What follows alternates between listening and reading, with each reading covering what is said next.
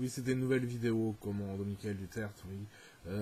Pour vous dire, oui, dans la précédente vidéo, je vous parle un peu brutalement et puis sans trop de ménagement, mais c'est ce que j'avais sur le cœur à ce moment-là. Voilà, donc c'était pour vous dire également que heureux celui qui se passe de médias, heureux celui qui se passe de drogue, heureux celui qui se passe de femmes, heureux celui qui ne commence pas en fait. Donc ça peut arriver et jamais il faudra aller contre les gens qui ne veulent pas vivre.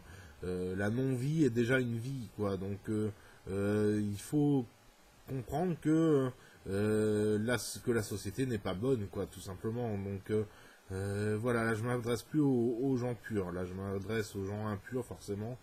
Et donc voilà, donc ne jamais contrecarrer quelqu'un qui ne veut rien faire de sa vie ou qui, en tout cas, professe la non-vie. Moi, je trouve que la non-vie est une belle vie. Qu'est-ce qu'on peut avoir à reprocher à quelqu'un qui ne veut pas attenter à autrui? Qu'est-ce qu'on peut attenter contre quelqu'un qui n'est pas politique, qui n'est pas médiatique, qui n'est pas versé dans le mal, quoi, qui n'est pas versé dans le bénéfice crapuleux. Donc ces gens-là, en fait, il faut les laisser vivre et puis surtout ne pas interférer dans leur vie. On rêve encore d'une humanité pure et sans fioriture, quoi. Mais ça n'arrivera jamais, on le sait. Mais il faut laisser les gens purs vivre. Voilà, voilà. Dans la précédente vidéo, je vous parlais des passions des êtres humains. Donc la passion des êtres humains, on peut les catégoriser comme cela. Le sport, qui arrivera en deuxième, la politique et oui, enfin la relation à l'autre en fait, voilà. Donc je le dis dans des termes un petit peu subalternes. La relation à l'autre, ça fait un peu psychologisant, c'est pas ça. Comment dire, être, voilà, être, la relation, alors non, être, l'exercice physique et la politique. Voilà les trois mamelles de l'être humain. Donc il faut pas non plus aller contre ça. Si c'est leur délire, tant mieux, hein, ils ont le droit d'avoir un délire. Mais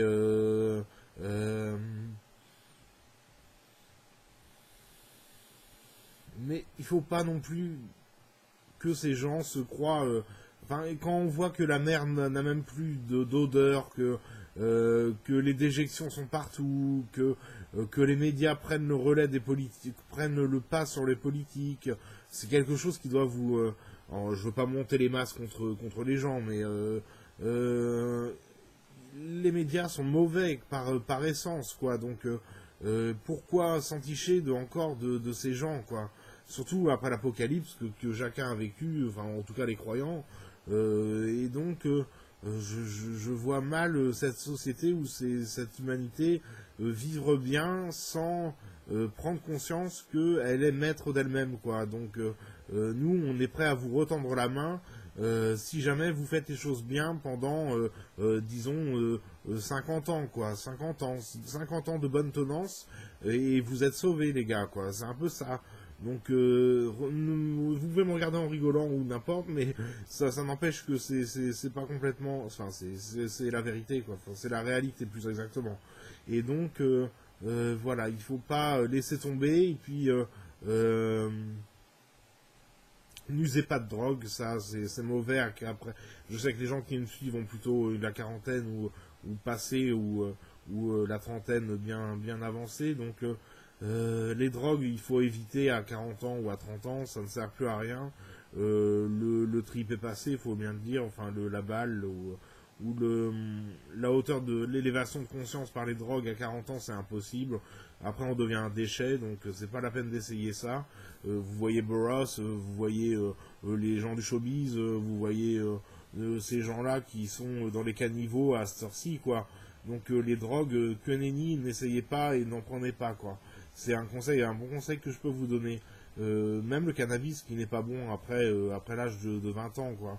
L'idéal c'est d'en fumer entre 16 ans et 20 ans, ou 20 et 25 ans plus exactement. Voilà, 5 années, mais ça fait beaucoup 5 années de cannabis. Donc réduisez au maximum vos doses de drogue, d'alcool aussi. L'alcool, ça fait des ravages partout et c'est vraiment, c'est vraiment pas bon pour l'esprit humain, quoi. C'est bon pour la santé, en revanche, c'est vrai. Oui, pour le cœur et pour la bonne circulation du sang. Boire un verre de vin de temps en temps, même un chaque jour, je pense que c'est un bon conseil de médecin, tu vois. Pour une fois, les médecins, quand ils vont à rebours, ils sont bons, mais après, ils sont pas bons.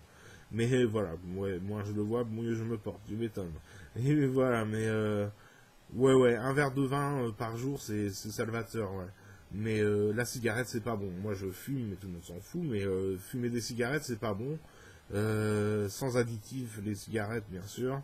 Et puis, le sexe. Bon, bah, le sexe, tout le monde aime ça, bien sûr. Il y en a qui se renfrognent et qui restent dans leur petit bateau. Mais pourquoi refuser quelque chose qui fait du bien c'est tout l'attrait ou toute la misère de cette société médiatique, quoi. Donc, tout le monde ne trouve pas chaussure à son pied. C'est pour ça que je suis communiste. En communisme, dans le régime de l'URSS, en URSS, on présentait les femmes aux hommes. Et puis, s'ils se plaisaient, bah, ils restaient à une durée indéterminée ensemble. Ça se passait vraiment comme ça. Il y avait des marieurs, des marieuses. Donc on peut cracher sur tout ce qu'on veut, mais les ignorants le font. Mais bon, on sait très bien que c'était un si mauvais système que cela, le système soviétique. Mais bon, il y a eu tellement de calomnies, de véhémence contre les bolcheviks et contre les rouges, contre les communistes, que maintenant on est réduit à rabougri, quoi. Donc ne croyez pas non plus tout concernant les communismes. Oui, les communistes, en général, on est plutôt sympathique et pas mal intentionné, quoi. Donc voilà. Mais oui, voilà, on en revient à la politique parce que c'est ce qui fait vivre un peu tout le monde. Mais ouais, d'ailleurs, ça fait vivre un peu les affreux aussi. Ouais, ils en vivent bien d'ailleurs, ils en vivent bien. Mais bon, tout ça c'était pour vous dire que rien n'est foutu et que non, rien n'est foutu vraiment. Et je le pense vraiment. C'est pas une parole de petit philosophe à la petite semaine. C'est vrai, rien n'est foutu. Rien n'est jamais foutu, sauf avec l'âge aidant. Ça, si vous avez 60 ans et que vous n'avez pas de travail et que pour vous maintenant la vie est faite, bon bah allez à Jacques Taest et puis voilà, tout est fait, hein, et le sort en est jeté. Mais si vous avez moins de 40 ans, eh bien il vous reste une chance de vivre une vie épanouissante ou autant ce que faire se peut et essayer de parler aux gens ou de sortir de votre coquille un petit peu, mais sans la perdre. Voilà, c'est un peu ça le conseil d'aujourd'hui en tout cas. Voilà. Merci chers amis, au revoir.